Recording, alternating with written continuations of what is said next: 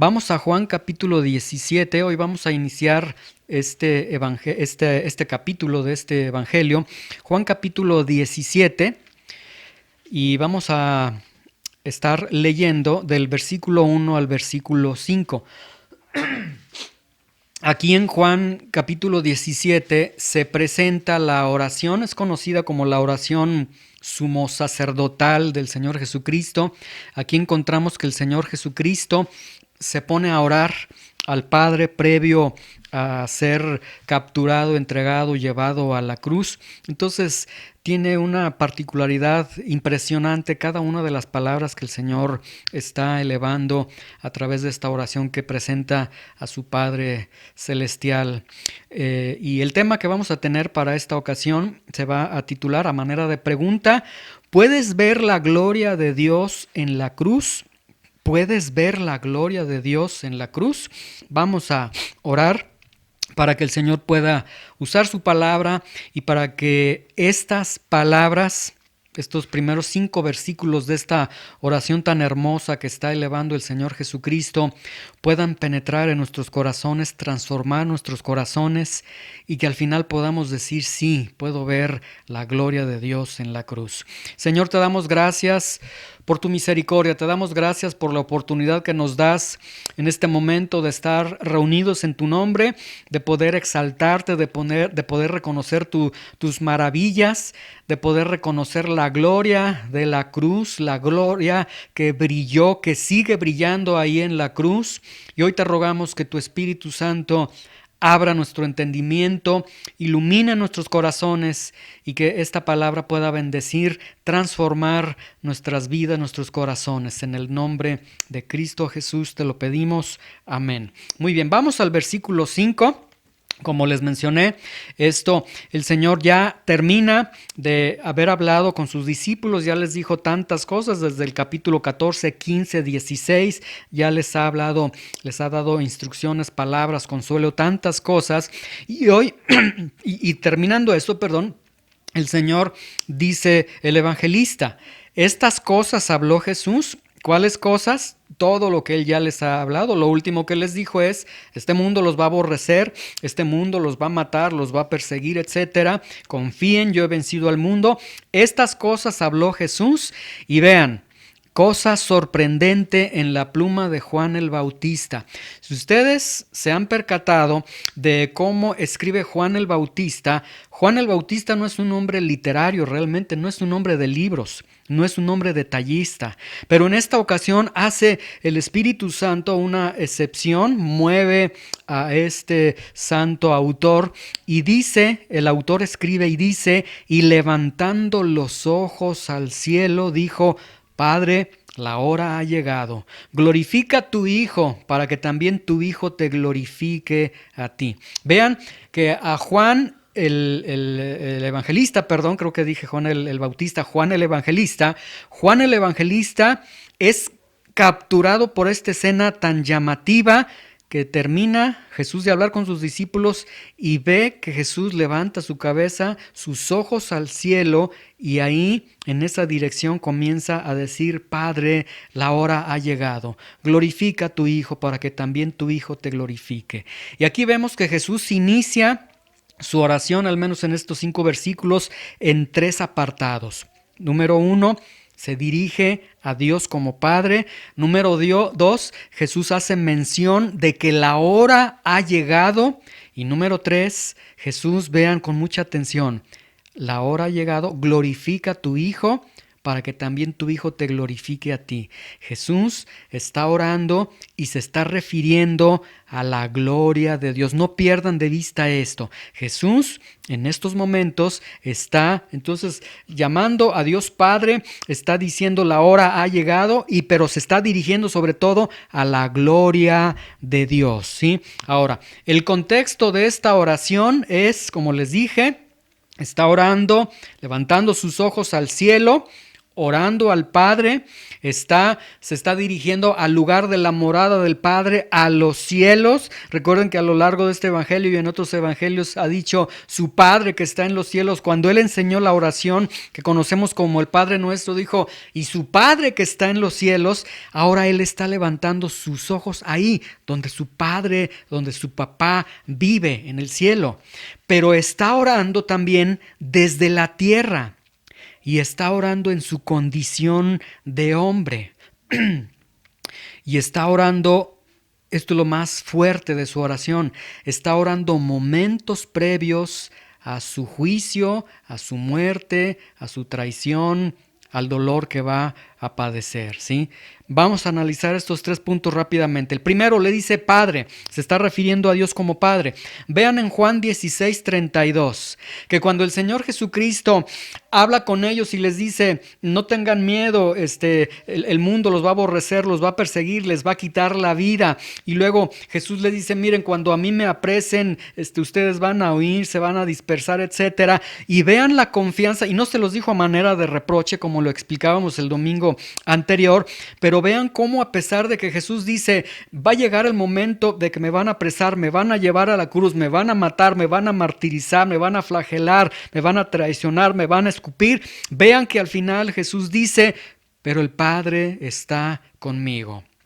Y vemos que Jesús tenía una dependencia total del Padre, y en estos momentos previos a la cruz, Él sabe que su Padre no lo va a dejar. Y por eso entonces Él eleva esta oración. En el griego es pater, pero realmente Jesús oró en arameo. Él está diciendo papá, papito, y está hablando de una cercanía que tiene con su Padre.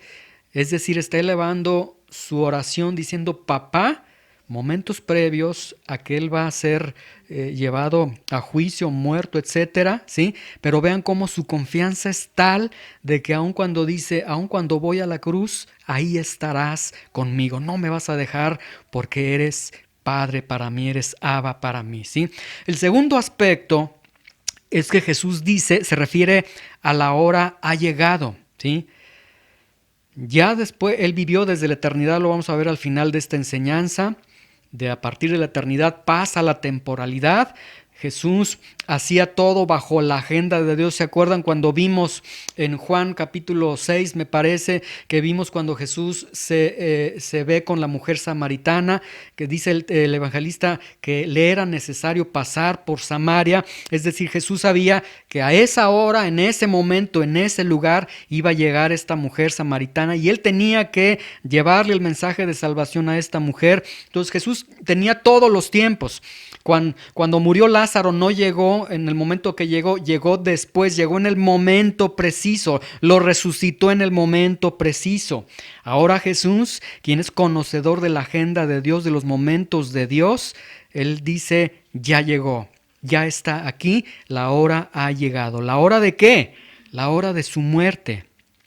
Jesús sabe que lo próximo que va a vivir, que va a experimentar es la muerte. Sabe qué tipo de muerte va a tener y sabe lo que su muerte va a lograr y sabe también a dónde va después de que Él muera. Entonces, todo este concepto de la muerte, todo este concepto de la hora ha llegado, Él lo entiende totalmente, en su totalidad, profundamente lo comprende.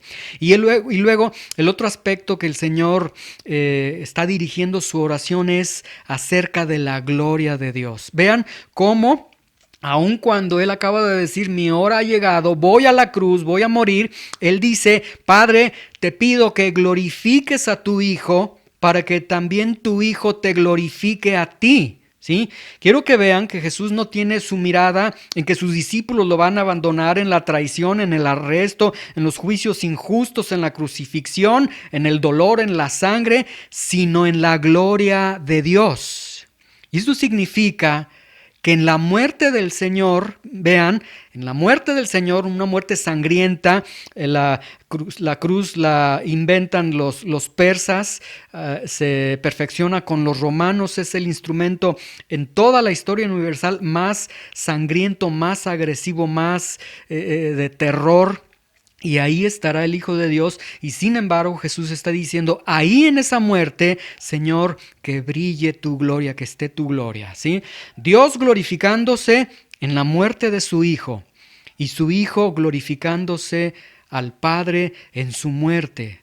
Por eso Jesús le dice, glorifica a tu Hijo para que tu Hijo también te glorifique a ti. Pero surge una pregunta, ¿cómo puede haber gloria en la cruz? ¿Cómo puede haber gloria en la traición, en los juicios injustos, en el odio, en la flagelación, en su cuerpo totalmente rasgado, ensangrentado, en su cabeza con 20 centímetros de hinchado, etcétera? Tantas cosas que la crucifixión produce en el cuerpo de Jesús. ¿Cómo puede haber gloria en la cruz de Jesús? ¿Cómo puede haber gloria en la muerte del Señor? Y al final el Señor nos va a dejar ver cómo es que puede haber gloria, y por eso haremos la pregunta, ¿puedes ver tú la gloria del Señor ahí en el Cristo crucificado?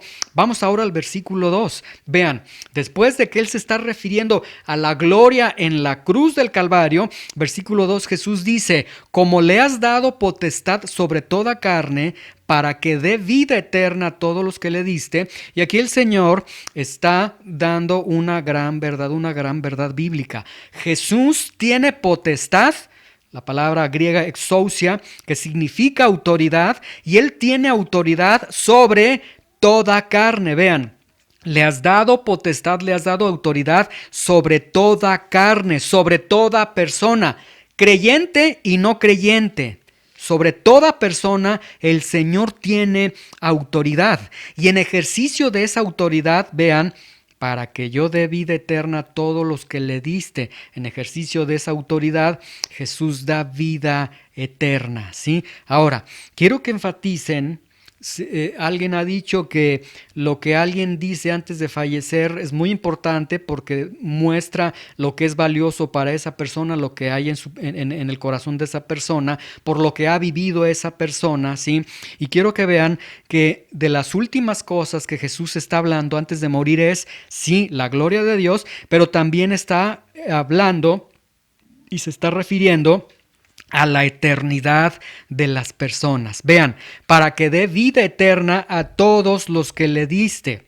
Jesús se está refiriendo a la eternidad. Y como les acabo de mencionar, el Señor entonces hace una referencia a la gloria de Dios y una referencia a la eternidad. Es decir, hay dos temas tan importantes para Jesús en su corazón antes de ir a la cruz: la gloria de Dios y la eternidad.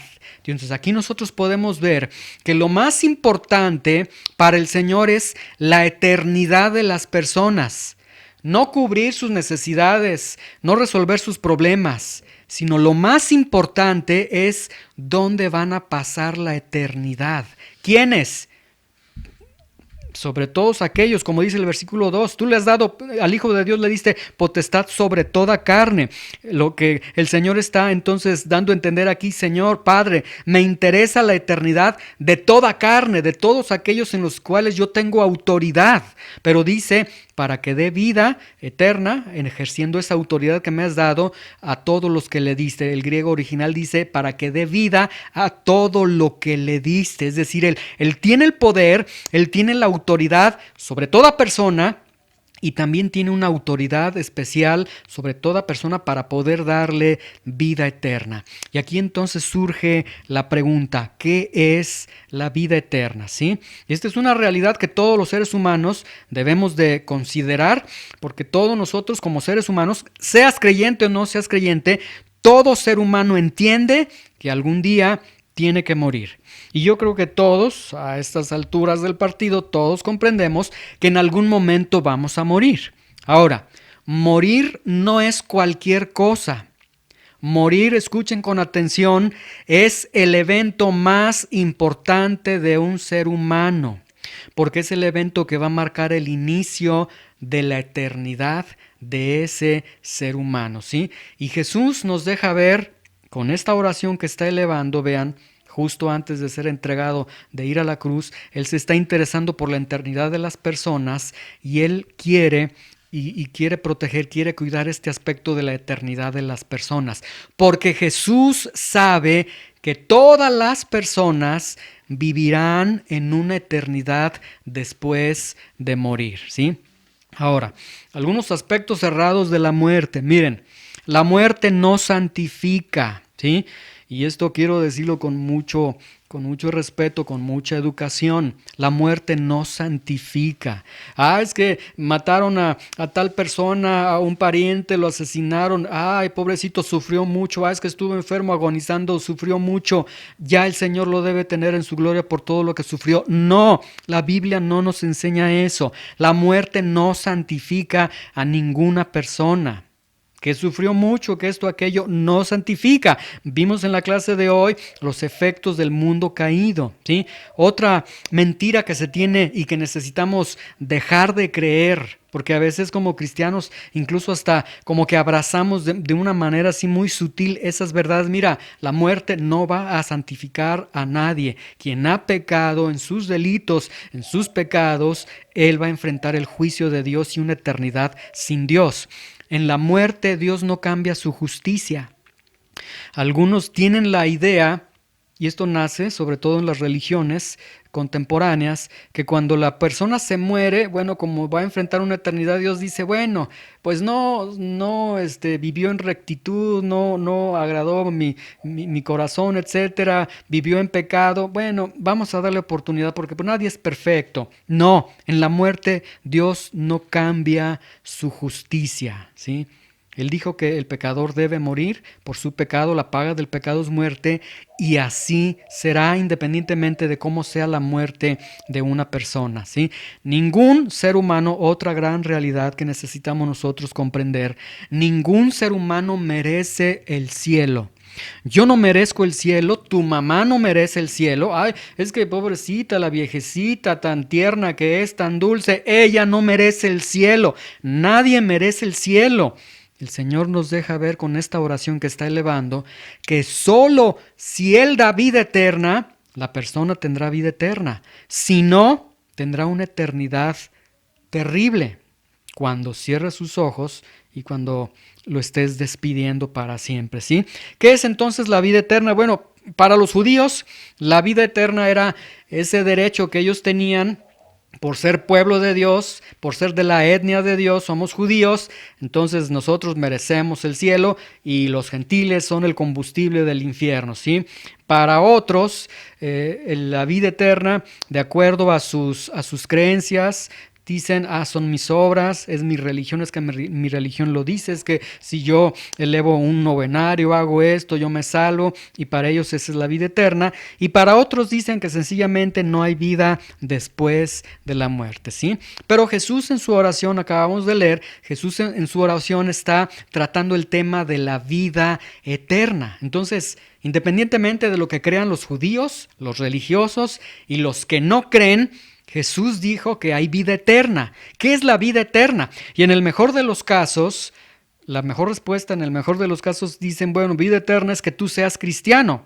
Y para que tú seas cristiano es porque tú un día hiciste una oración al Señor, le pediste que Él viniera a tu corazón, que fuese tu Señor, tu Salvador, y a partir de ahí tú comenzaste a congregarte en una iglesia, tú escuchabas enseñanzas y predicaciones. Esa es la vida eterna. Entonces ten la seguridad de que si viviste en una iglesia, que incluso si servías en una iglesia, asistías los domingos, etcétera, ya eres cristiano. Y entonces el día que te mueras, pues entonces vas a la vida eterna porque esa es la vida eterna. Falso de toda falsedad, esa no es la vida eterna. Vamos mejor que nos dé respuesta quién es el autor de la vida eterna. Vamos a Juan 17:3 y vamos a ver lo que el Señor nos describe a manera de contestar la pregunta ¿qué es la vida eterna? Vean, ¿qué es la vida eterna? Aquí está la respuesta de quien dijo que era Dios y probó ser Dios. La respuesta del hombre más sabio de todo este mundo. La respuesta del Hijo Eterno. Vean, esta es la vida eterna. Que te conozcan a ti, el único Dios verdadero, y a Jesucristo a quien has enviado. Esa es la vida eterna, ¿sí? Vamos a ver qué significa esto. Vean, que te conozcan a ti. La palabra conocer viene de ginosco, que nos habla de un conocimiento continuo y un conocimiento que va en aumento. Algunos diccionarios lo definen como un conocimiento completo. Entonces, la vida eterna, vean, primer punto, vida eterna es conocer y seguir conociendo a Dios, que tu conocimiento de Dios va en aumento. Ahora, en la Biblia, la palabra conocer tiene una connotación de relación o de comunión.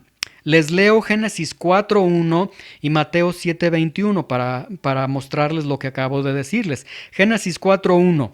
Conoció Adán a su mujer Eva, la cual concibió y dio a luz a Caín y dijo, por voluntad de Jehová he adquirido varón. Y aquí nos está refiriendo a que conoció a Adán a su mujer Eva. ¿Cómo te llamas? Me llamo Eva. Dios me formó a partir de ti. No, sino que lo que el texto nos está diciendo es que tuvo una comunión tan estrecha, tan íntima, que viene sus hijos, ¿sí? Entonces tiene la idea de relación, de comunión. Mateo 7:21, no todo el que me dice Señor, Señor entrará en el reino de los cielos, sino el que hace la voluntad de mi Padre que está en los cielos. Y luego el texto dice, en aquel día les voy a decir, no los conozco. ¿Sí? Es decir, yo no tuve relación con ustedes, yo no tuve comunión con ustedes. Entonces, nuevamente ahí en Juan 7:3. Esta es la vida eterna, que te conozcan a ti. Vida eterna es un constante conocimiento, comunión que va en aumento con Dios, con el único Dios verdadero. De hecho, Juan el Evangelista aclara. Jesús dijo el único Dios verdadero. Ahora, si Jesús establece el único Dios verdadero, entonces se presupone que existen dioses falsos, varios dioses falsos. Entonces vean, la vida eterna, y quiero que abran sus ojitos bien, sus oídos bien, la vida eterna tiene que ver con conocer al único Dios verdadero, único, único, único. Hablo de uno, singular, no de plural, no de dioses falsos. Único Dios verdadero, no tus obras, no tu religión, no tus filosofías, no Cristo más cargas bíblicas. Si eres cristiano, ahora tienes que hacer esto para ser salvado. No, solamente es que conozcas al Dios verdadero, que tengas comunión con el Dios verdadero, constante comunión que va en aumento, conocimiento del Dios verdadero. Ahora, ¿cómo podemos conocer al Dios verdadero? Bueno, la respuesta es no a través de la religión, y esto es ninguna religión. Juan 1:18, vamos a Juan 1:18. ¿Cómo podemos conocer al Dios verdadero? No a través de la religión, no a través de la filosofía, no a través del misticismo, no a través de, analiza en tu corazón, ve qué hay dentro de tu corazón. No, la Biblia nos está diciendo, Juan 1:18, a Dios nadie le vio jamás. El unigénito Hijo que está en el seno del Padre, Él es quien se encarga de darlo a conocer. Entonces, y es precisamente todo lo que hizo Jesús en su ministerio en esta tierra. Vamos a regresar nuevamente a Juan 17:3. ¿Cómo podemos conocer entonces al Dios verdadero? Respuesta: quitando todos los dioses falsos y conociendo a Jesucristo entonces, porque Jesucristo es el único que va a dar a conocer al Padre. Que te conozcan a ti, el único Dios verdadero, y ahí está, y a Jesucristo. Ahora quiero que vean que se yuxtapone Jesucristo, es decir, el nombre de tanto su humanidad como su divinidad, el ungido y Jesús. Es decir, que te conozcan a ti, el único Dios verdadero, y que conozcan al único que el Dios verdadero ha enviado, al Dios hombre. Entonces, vida eterna es comunión constante y que va en aumento con el Padre y con Jesucristo. Conocimiento constante y que va en aumento con el Padre y con Jesucristo. Ahora, hagamos nosotros la pregunta, cada uno de nosotros, ¿tengo vida eterna? ¿Sí? Alguien podría preguntarte en este momento, si tú te mueres, ¿te irás al cielo? ¿Tendrás vida eterna? Pero antes de que te digas, sí, me voy al cielo, primero contesta estas dos preguntas para que analices tu vida. ¿Tu conocimiento de Dios y del Señor Jesucristo es continuo y va en aumento? Te lo hago de la siguiente forma. En esta semana, ¿cuántas veces tomaste tu Biblia? ¿Se acuerdan que hemos visto que el Espíritu Santo nos va a dirigir a toda verdad? Bueno, la verdad, Jesús dijo, hay muchas cosas que quisiera decirles ahora, pero no puedo, pero el Espíritu los va a dirigir a la verdad, a través de la verdad les voy a decir esas muchas cosas. En esta semana, ¿cuántas veces fuiste a la Biblia? En esta semana, tu conocimiento de Dios y del Señor Jesucristo, ¿cuánto aumentó?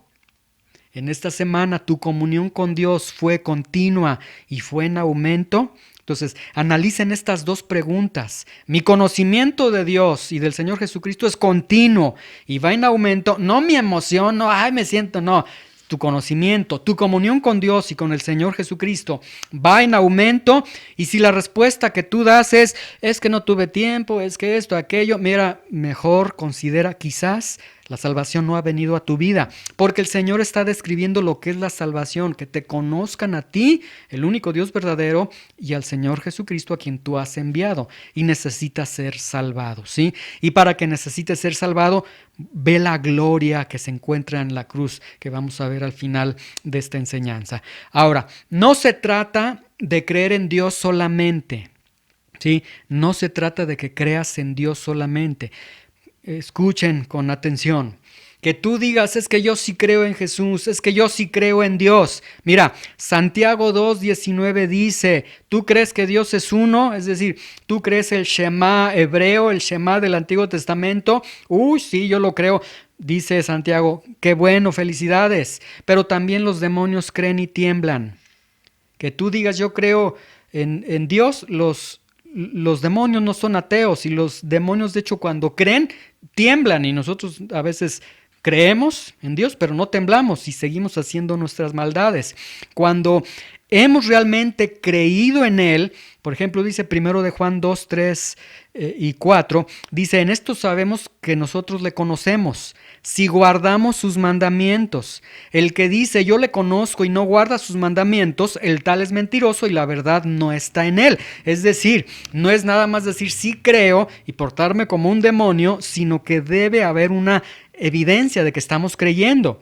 Primero de Juan 4:8 dice, el que no ama no ha conocido a Dios, porque Dios es amor. Y entonces está diciendo, tú dices, sí, si yo me muero ahorita me voy al cielo. Sí, oye, ¿y qué tal tu relación con tal persona? Ah, no lo puedo ver a él. El que no ama no ha conocido a Dios, porque Dios es amor. Entonces necesitamos entender y comprender, realmente tenemos la vida eterna. La vida eterna entonces es ese conocimiento, esa comunión que va en constante aumento. Esto significa que si yo tengo un mes de cristiano, 1 año, 2 años, entre más tiempo tenga, mi conocimiento y mi comunión con Dios y con el Señor Jesucristo va en aumento. Esa sería una evidencia de que tengo la vida eterna, ¿sí?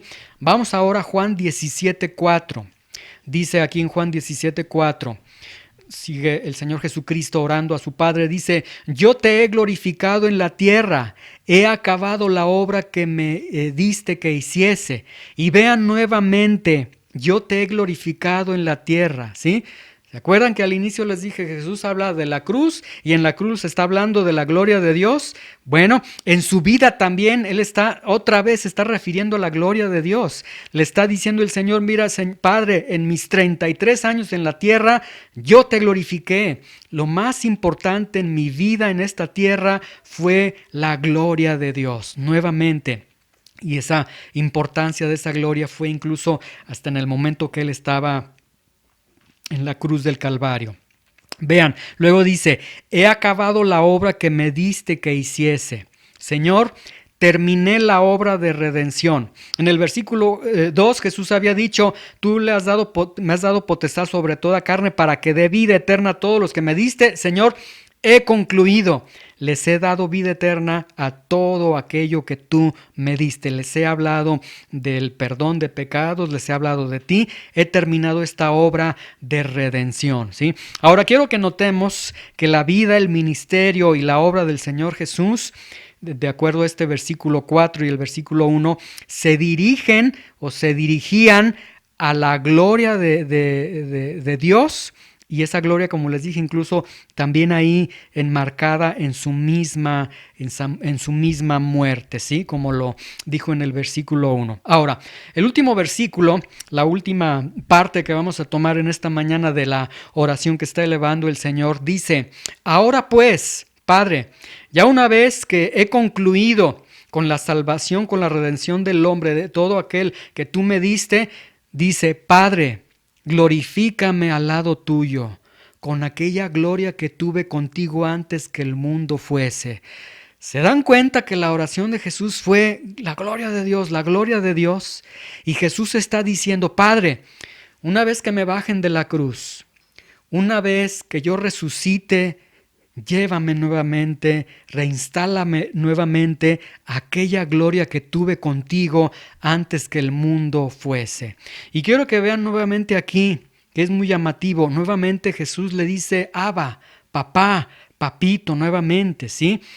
Ahora Jesús se está refiriendo a algo muy, muy impresionante, porque Jesús está diciendo: glorifícame al lado tuyo con aquella gloria que tuve contigo antes que el mundo fuese. El Señor Jesús está afirmando que el Padre es eterno y que Jesús mismo es eterno. Vamos a Juan 1:1 para que nosotros podamos comprender este aspecto de la magnitud de lo que Jesús está diciendo en este momento. En Juan 1:1, vean, dice: en el principio, y aquí nos está hablando del principio de la creación, en el principio de la creación, es decir, cuando nada había sido creado, era el Verbo. Estaba ahí el Hijo de Dios, y el Verbo era con el Padre, y el Verbo era Dios. Entonces, esto significa que antes de que existiera la creación, que solamente cuando existía solamente Dios, ahí estaba Dios, ahí estaba el Padre, ahí estaba Jesús, solamente estaba Jesús y el Padre y obviamente el Espíritu de Dios. Cuando no existía la materia, el tiempo, el espacio, sino solamente Dios, vean, Jesús estaba con el Padre. Y aquí en Juan 17:5, el Señor está diciendo: reinstálame nuevamente a esa gloria. Ahora, ¿qué sucedió en ese momento de la eternidad pasada? ¿Qué sucedió cuando no existía creación, cuando no había materia, espacio, tiempo, cuando solamente era Dios y el Padre? ¿Qué existía ahí? ¿Qué nos dice la Biblia?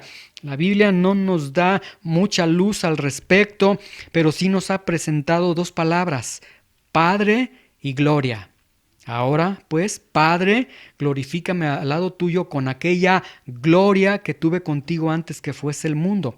Y entonces, si tomamos estas dos palabras, Padre y gloria, nos deja ver que entonces, antes de que cualquier cosa existiese, estaba Jesús en una comunión llena de gloria con su Padre, con su Abba Padre, con su papito, en una relación de cercanía, de gozo, de una relación impresionantemente hermosa, ¿sí? Pero esta oración, Juan 17:5, que Jesús está pidiendo: glorifícame al lado tuyo con aquella gloria que tuve antes de que el mundo fuese, Jesús está elevando esta petición desde la tierra unas horas antes de su muerte, ¿sí? De hecho, el término aquella gloria que tuve, la palabra tuve, en el griego significa estaba teniendo, ¿sí? Entonces, Jesús se está refiriendo y dice: Padre, aquella gloria antes de que formaras todo, esa gloria que estaba teniendo contigo, llévame nuevamente ahí, glorifícame nuevamente ahí. ¿Qué es la gloria de Dios? Bueno, la gloria de Dios, la palabra gloria en la Biblia se utiliza como un brillo, como un esplendor. La gloria de Dios es todo lo que Dios es el conjunto de sus atributos. Entonces, aquella gloria que Jesús tuvo es Dios brillando a su máximo esplendor. Ahí Dios brillando a su máximo esplendor, ahí estaba Jesús con su Padre cara a cara, disfrutando de todas sus excelencias, de todos sus atributos, de todo lo que era Dios. Y Jesús mismo era Dios. Entonces vean, Jesús estaba con Dios santo, con Dios justo, con Dios omnipotente, con Dios misericordioso, con cada una de sus cualidades, disfrutándolas cara a cara, Dios en toda su plenitud. Pero ahora Jesús está orando desde la tierra, con un cuerpo humano. ¿Qué sucedió? ¿Cómo se dio esta transición de estar ahí en la gloria de Dios, ahora estar en la tierra orando humanamente, orando como un hombre al Padre Celestial? ¿Qué sucedió? Vamos a Filipenses capítulo 2, versículo 6, para ver qué es lo que sucedió. Filipenses capítulo 2, versículo 6, se encuentra en el Nuevo Testamento, las cartas del apóstol San Pablo. Filipenses capítulo 2, versículo 6. Tengan en mente, Jesús se encuentra en la gloria con el Padre, Dios en su máximo esplendor, Jesús en el mejor lugar en el que puede estar disfrutando de la gloria de Dios, de las maravillas de Dios, de los esplendores de Dios, de los atributos de Dios, de las riquezas de Dios, disfrutando todo del Padre. Vean el versículo 6, el cual, siendo en forma de Dios, se está refiriendo a Jesús, no estimó el ser igual a Dios como cosa que aferrarse. La palabra siendo significa en el original griego, nos habla de la naturaleza de una persona, la condición permanente de una persona, y la palabra forma nos habla de carácter, de una esencia inmutable de algo. Es decir, cuando el texto dice el cual siendo en forma de Dios, lo que quiere decir es el cual era Dios.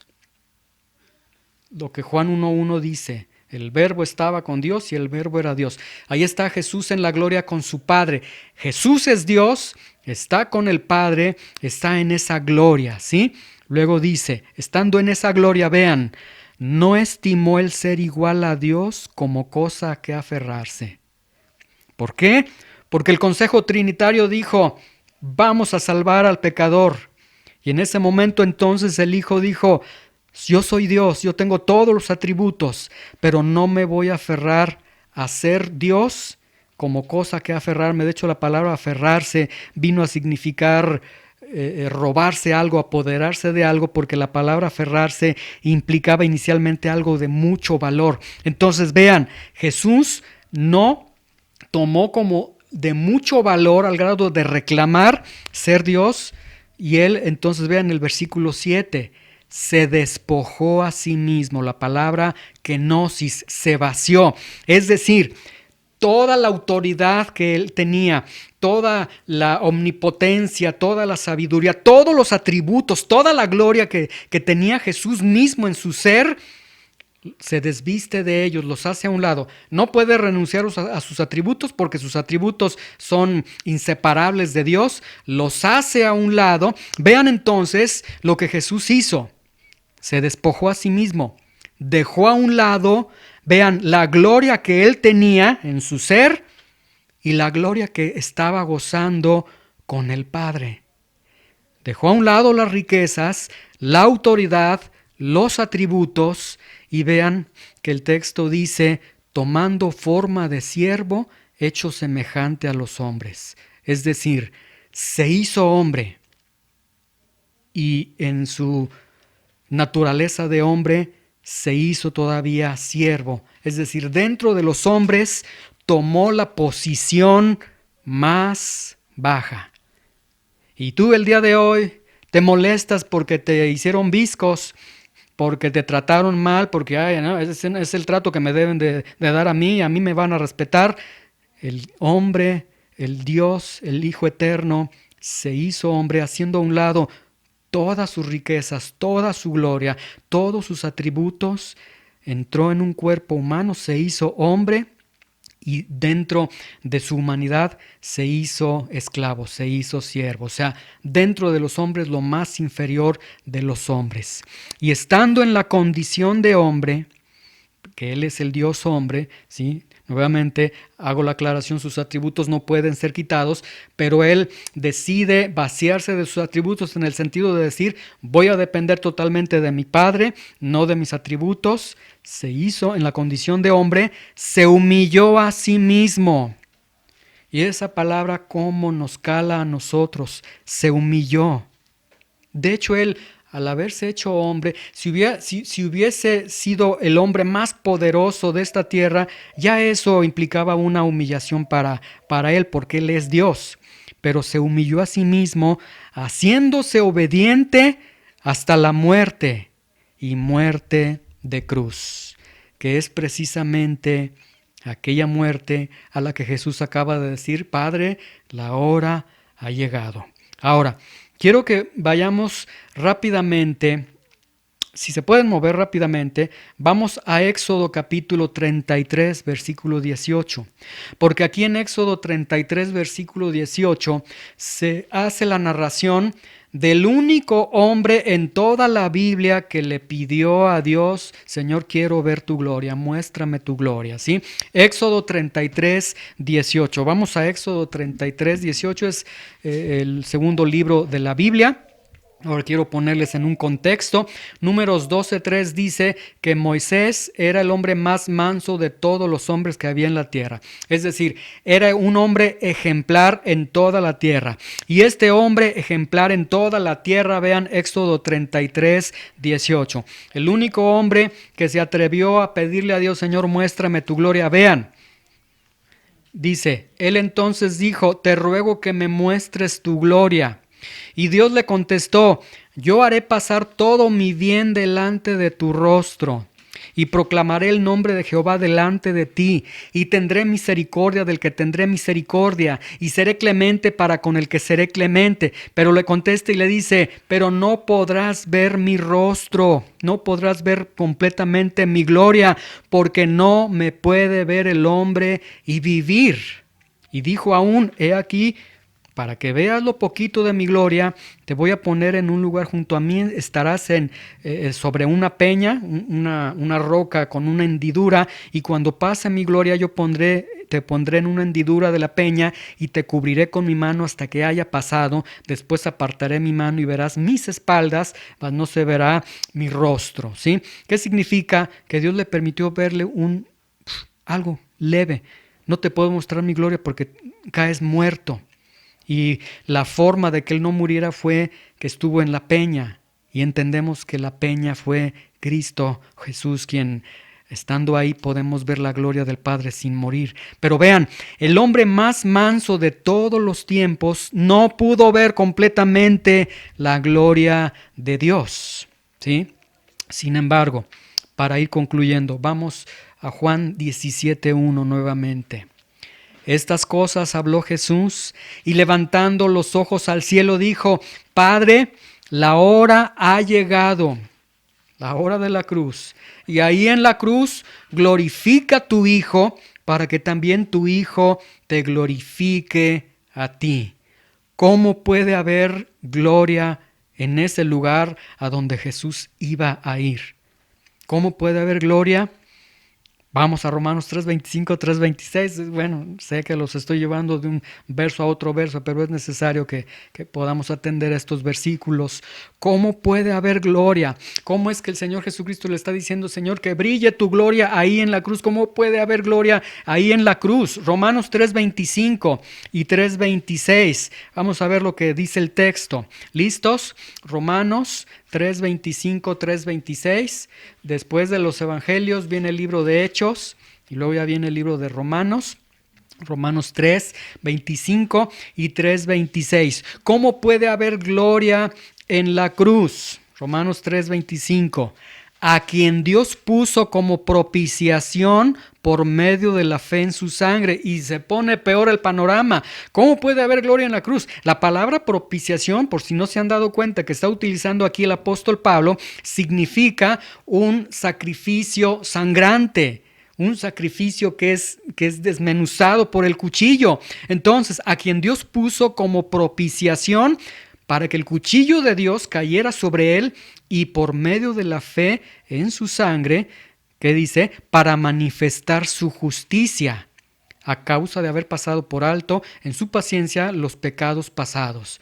¿Cómo puede haber gloria en la cruz? Si en la cruz hay juicio de Dios que cayó sobre Jesús de una manera impresionante, el cuchillo de Dios cae sobre el corazón de Jesús para que se manifieste la justicia de Dios, para que se manifieste que Dios es santo, que el pecado merece castigo y que Dios castiga el pecado. Y luego dice el versículo 26, bueno, hasta ahí pues no vemos mucha gloria, vemos terror, vemos castigo, pero versículo 26, con la mira de manifestar en este tiempo su justicia. Es decir, en este tiempo Dios quiere seguir brillando la gloria de la cruz a fin de que Él, quien es justo, sea también el que justifica al que es la fe de Jesús. Ahorita vamos a explicar este punto. Entonces, en la cruz del Calvario, Dios derrama toda su ira, todo su castigo por el pecado sobre el Hijo. Y al estar castigando al Hijo, Dios está manifestando su santa justicia. Pero en esa sangre que se vierte de la sangre de Jesús, en esos clamores del Hijo de Dios, se manifiesta también la santa justicia de Dios. Y entonces, la gloria de la cruz es que el Hijo de Dios está muriendo, está recibiendo todo el castigo divino por todos y cada uno de tus pecados. Entonces cuando Jesús le dijo, Señor, glorifica a tu Hijo, para que tu Hijo también te glorifique a ti, aunque fueron momentos devastadores, momentos de terror, de gran dolor, ahí estaba Jesús recibiendo todo el castigo de todos y cada uno de tus pecados y muriendo por tus pecados, ¿sí? Vean, en el Antiguo Testamento un hombre pidió ver la gloria de Dios y ahora en el Nuevo Testamento vemos que Dios permite que cualquiera pueda ver la gloria de Dios, pero en la cruz del Calvario, al estar viendo al Hijo de Dios muriendo, ¿sí? Esa gloria en la cruz del Calvario nos deja ver el esplendor de Dios. Pero humanamente a veces no lo entendemos porque decimos, pero es que ¿dónde está el esplendor de Dios? Si hay sangre, hay muerte, hay dolor. De hecho, Salmo 22.1 y Salmo 22.2 dice que Jesús estando en la cruz estaría clamando y diciendo, Dios mío, ¿por qué me has desamparado?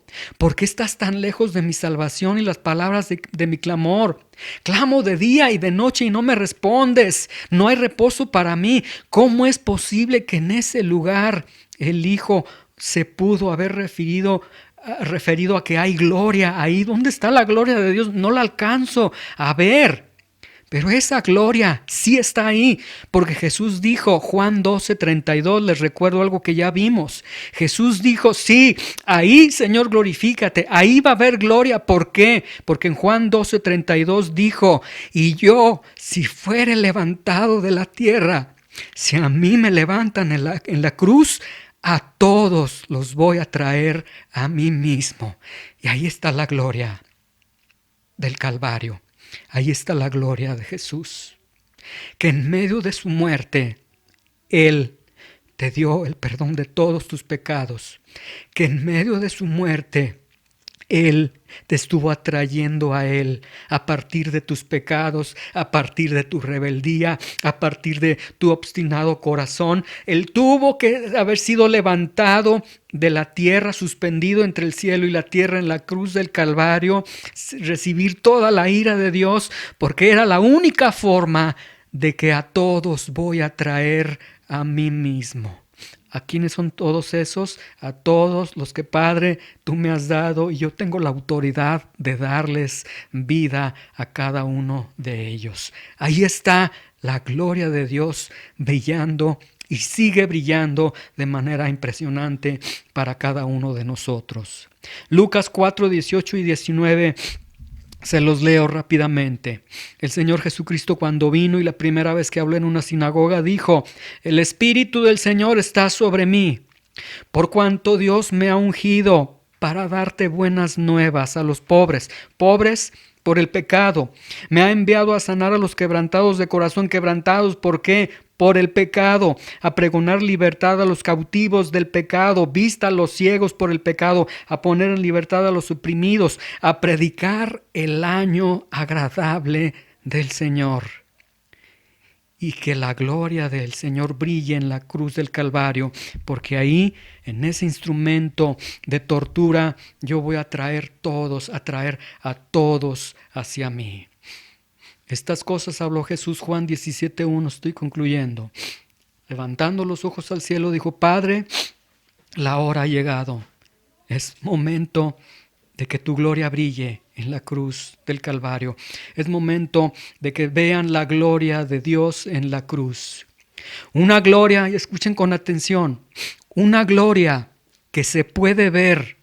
¿Y saben qué se necesita? Lo impresionante de todo esto es que esa gloria está disponible para ti en este momento, para el pecador en este momento, porque esa gloria se puede ver estando muerto en nuestros pecados. Esa gloria se puede ver siendo culpables de nuestros pecados. Esa gloria se puede ver estando condenado por nuestros pecados. Es una gloria que brilla como ninguna otra gloria que puedas tener en esta tierra. ¿Ves la gloria de Dios en la cruz? Si dices: yo lo único que veo son mis pecados, lo único que veo es mi maldad, entonces sí estás viendo la gloria de Dios. Dirige tu vista a aquel que está en la cruz del Calvario y ahí estarás viendo la gloria de la cruz. ¿Cuál es la gloria de la cruz? El apóstol Pablo lo dijo de esta forma en 1 Corintios 15, 3 y 4. Dice: yo primeramente les he enseñado lo que he recibido del Señor, y este es el evangelio, dice resumido: Cristo murió por nuestros pecados conforme a las Escrituras y fue sepultado y resucitó al tercer día. Esa es la gloria de la cruz. Cristo murió por mis pecados. No tenía que morir por mis pecados. No tenía que salvarme. Es más, yo lo aborrecía, yo lo rechazaba. Cuando me hablaban de Él, yo me molestaba. Pero Él murió por mí, Él fue levantado por mí. Y concluyo con nuevamente Romanos 3:25 y 3:26, a quien Dios puso como propiciación por medio de la fe en su sangre para manifestar su justicia a causa de haber pasado por alto en su paciencia los pecados, con la mira de manifestar en este tiempo su justicia. Ahí está la justicia de Dios. Sí, justicia de Dios, de que Dios castiga el pecado y dice a fin de que Él sea el justo y el que justifica a través de la fe en Jesús. Él es justo porque te justifica cuando tú ves la gloria de la cruz y ves al Hijo de Dios otorgándote el perdón de tus pecados. Lo más hermoso, entonces, concluyendo, es que para Jesús, desde la eternidad, siempre lo más hermoso para Jesús fue la gloria de Dios. Vemos que Él se refiere una vez: Señor, que termine la obra de la redención, llévame nuevamente, reinstálame a esa gloria. Vean, su propósito de vida fue la gloria de Dios. En su muerte dio gloria a Dios. Su anhelo y oración de Jesús fue la gloria de Dios. Y el regalo tan hermoso que deja el pecador en la cruz del Calvario es la gloria de Dios. Dios perdonando al pecador. Dios haciéndose hombre y muriendo por el pecador. Qué regalo tan hermoso dejó el Señor Jesucristo al pecador. ¿Puedes ver tú la gloria de Dios en la cruz? Y yo espero que sí la puedas ver, porque es una gloria para la cual el único requisito es toda tu maldad, toda tu rebeldía, toda tu asquerosidad de pecado, dirigiéndote a Él y diciendo: Señor, gracias porque moriste por mí en esa cruz. Señor, te damos gracias. Qué oración tan hermosa, Señor. Esta oración nos deja ver el Hijo de Dios que lo más importante para Él fue la gloria de Dios. Antes de irse de esta tierra dijo: Señor, te he glorificado en la tierra. Cuando murió, Señor, que ahí brille tu gloria. Y cuando se fue, nos deja el brillo de la gloria de Dios en la cruz del Calvario. Yo te ruego que este brillo de la gloria de Dios brille en cada corazón, en la salvación de aquellos corazones que no han sido redimidos, que no han sido salvados, Señor. Y que nos ayudes a abrazar la cruz, que nos ayudes a gustar de la belleza de la cruz. Y esa belleza es Cristo murió por nosotros en una cruz. Señor, te damos gracias. Ayúdanos a dirigir nuestras vidas a esa gloria. Y luego dice el apóstol San Pablo, por esa gloria somos transformados de gloria en gloria. Todavía el apóstol Pablo dice, por si acaso sientes que tu andar cristiano es muy débil, acude al Señor, acude a su palabra para que veas su gloria, sigas viendo su gloria y esa gloria te va perfeccionando y el Señor a través de esa gloria te transforma de gloria en gloria. Señor, bendito sea tu nombre, te damos gracias en el nombre de Jesús. Amén.